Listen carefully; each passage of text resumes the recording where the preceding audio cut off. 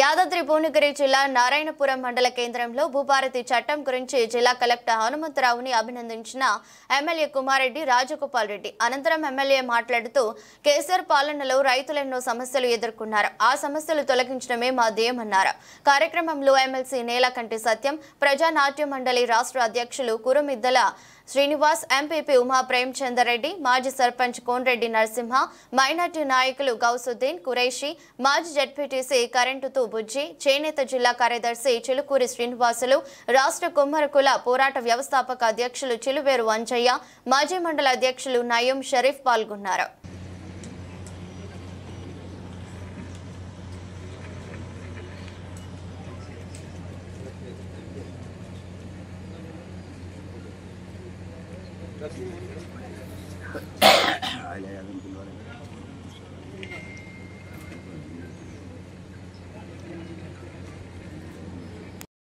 ఎన్నికే మొట్టమొదటి ప్రోగ్రాంలో నారాయణపురం మండలంలో వచ్చినందుకు ఆయనకు మరియు చాలా చక్కగా ఎంతో మనందరికీ అర్థమయ్యే విధంగా ఈ చట్టంలో ఉన్న ప్రతి సెక్షన్ గురించి ఏ విధంగా భూ సమస్యల పరిష్కారానికి భూభారతి చట్టం ప్రభుత్వం తీసుకొచ్చిందో నాకు తెలిసి తెలంగాణలో ఏ కలెక్టర్ కూడా ఇంత మంచిగా చెప్పుకుండొచ్చు. కొత్తగా వచ్చిన కలెక్టర్ గారు హనుమంతరావు గారికి ప్రత్యేకంగా నేను అభినందన తెలియజేస్తున్నాను. మీరు వివరించిన విధానం, మీరు ఇంతకంటే ముందు అన్ని మండలాల్లో చెప్పి ఇక్కడికి వచ్చేసరికి పర్ఫెక్ట్ అయిపోయింది. అన్ని మండలాలు చేసుకొని లాస్ట్కి వచ్చింది నారాయణపూర్. వచ్చేసరికి చెప్పిన practice makes a man perfect అన్నట్టు బ్రహ్మాండంగా మంచిగా ఎక్స్ప్లెయిన్ చేసింది మా అందరికి.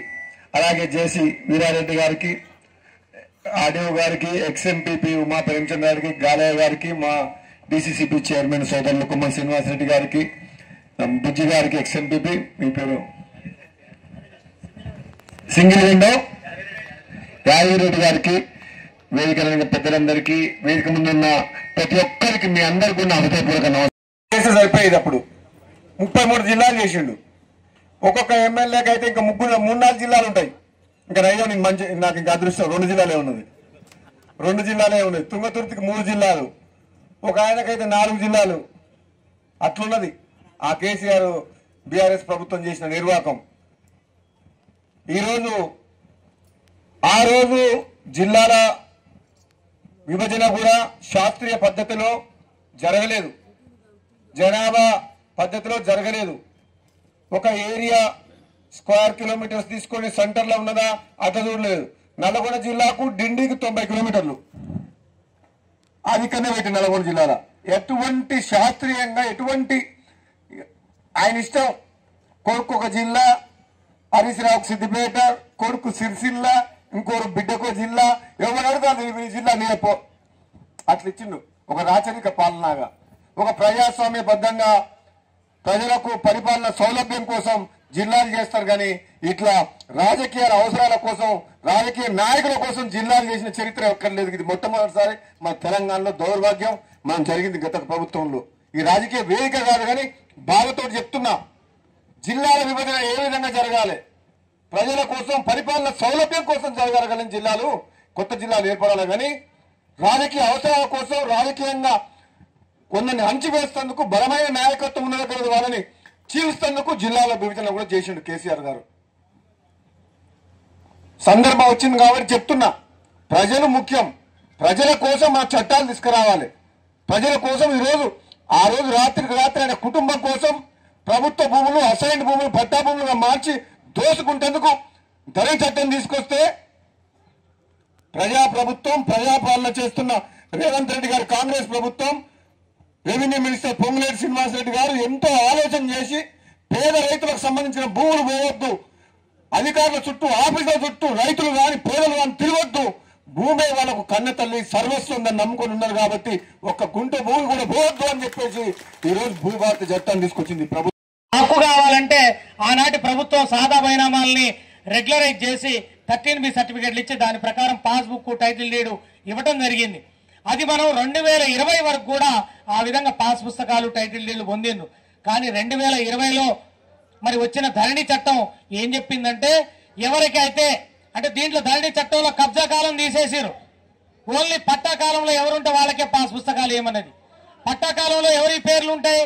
ఎక్కడో హైదరాబాద్ ఉన్న ఆయన పేరు పట్టాకాలంలో ఉంటది. ఇక్కడ గరీబ్ ఆయన కొనుక్కొని ఉంటాడు, తెల్లగాయతం మీద కొనుక్కొని ఉంటాడు, వ్యవసాయం చేస్తాడు, లేకపోతే వైవాటు కబ్జాల ప్రకారం భూమి పట్టా బాగా పంపిణీ చేసుకొని ఆయన భూమిని అనుభవిస్తూ ఉంటాడు. కాగితం మీద ఇంకొక ఆయన ఉంటది.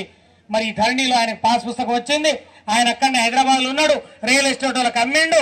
అమ్మిన ఆయన చక్కగా ధరణి పాస్ పుస్తకం తీసుకొని వచ్చి భూమి మీదకి వచ్చి నీ దగ్గర కాగితం ఏం లేదు, నా దగ్గర కాగితం ఉంది, మీరు వెళ్ళిపోండి అని చెప్పి ఇట్లాంటి పంచాయతీలన్నీ చాలా వరకు వచ్చినాయి. ధరణిలో ఇటువంటి పంచాయతీలకి అప్పీల్ సిస్టమ్ లేదు.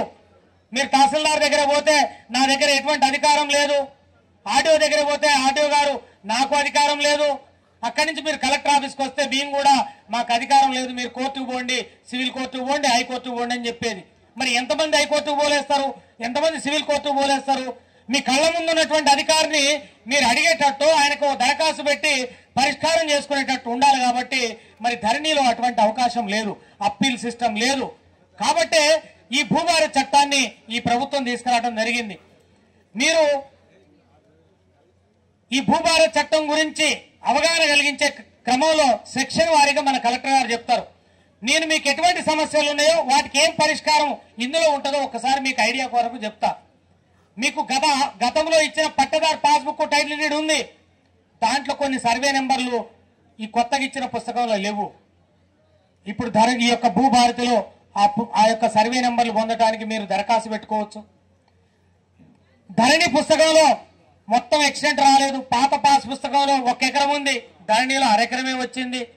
Survey number missing, extent missing అని ఇప్పుడు ఎట్లయితే పెట్టిందో వాటిని అన్ని మేము రిజెక్ట్ చేస్తున్నాం. ఎందుకంటే వాటికి ఓ ప్రొసీజర్ లేదు కాబట్టి. భూభారతులు అట్లా లేదు. దాన్ని విచారణ చేయాలి, ఆర్డర్ పాస్ చేయాలి. ఏమన్నా తిరస్కరిస్తే ఎందుకు తిరస్కరిస్తున్నామో కారణం మీ యొక్క తహసీల్దారు, మీ ఆర్డీఓనో ఆ చట్ట ప్రకారం ఆయన చెప్పాలి మీకు. ఆ విధంగానే ఆర్డర్ పాస్ చేయాలి. అదేవిధంగా కొంతమంది గతంలో కొనుక్కున్నారు, పట్టాలు అమలు చేసుకోలేదు. అటువంటి వాటిని కూడా భూభారతిలో అమలు చేసుకోవడానికి అవకాశం ఉంది. అదేవిధంగా సాదా కాగితాలు 2020 సంవత్సరంలో 1 నెల అవకాశం ఇచ్చింది ఆనాటి ప్రభుత్వం. కానీ అప్పటికే ధరణి చట్టం తెచ్చింది. ధరణి చట్టంలో ఈ యొక్క సాదా కాగితాలను అమలు చేయడానికి ఎటువంటి సెక్షన్ లేదు, ఎటువంటి రూల్స్ లేవు. అందుకని హైకోర్టు ఏమన్నదంటే ఈ యొక్క ధరణి చట్టంలో సాదా కాగితాలు చేయడానికి లేదు కాబట్టి స్టే విధిస్తున్నాం అని చెప్పి అప్లికేషన్లన్నిటి మీద స్టే విధించారు. మన యొక్క రాష్ట్రంలో దాదాపుగా 10 లక్షల అప్లికేషన్లు ఉన్నాయి. ఆ సాదా కాగితాలన్నింటినీ కూడా రెగ్యులరైజ్ చేయడానికి ఈ యొక్క ధరణి చట్టం అవకాశం ఇచ్చింది. ఈ విధంగా ప్రతి దానికి కూడా ఇందులో సొల్యూషన్ ఉంది ఈ భూభారత్ చట్టంలో.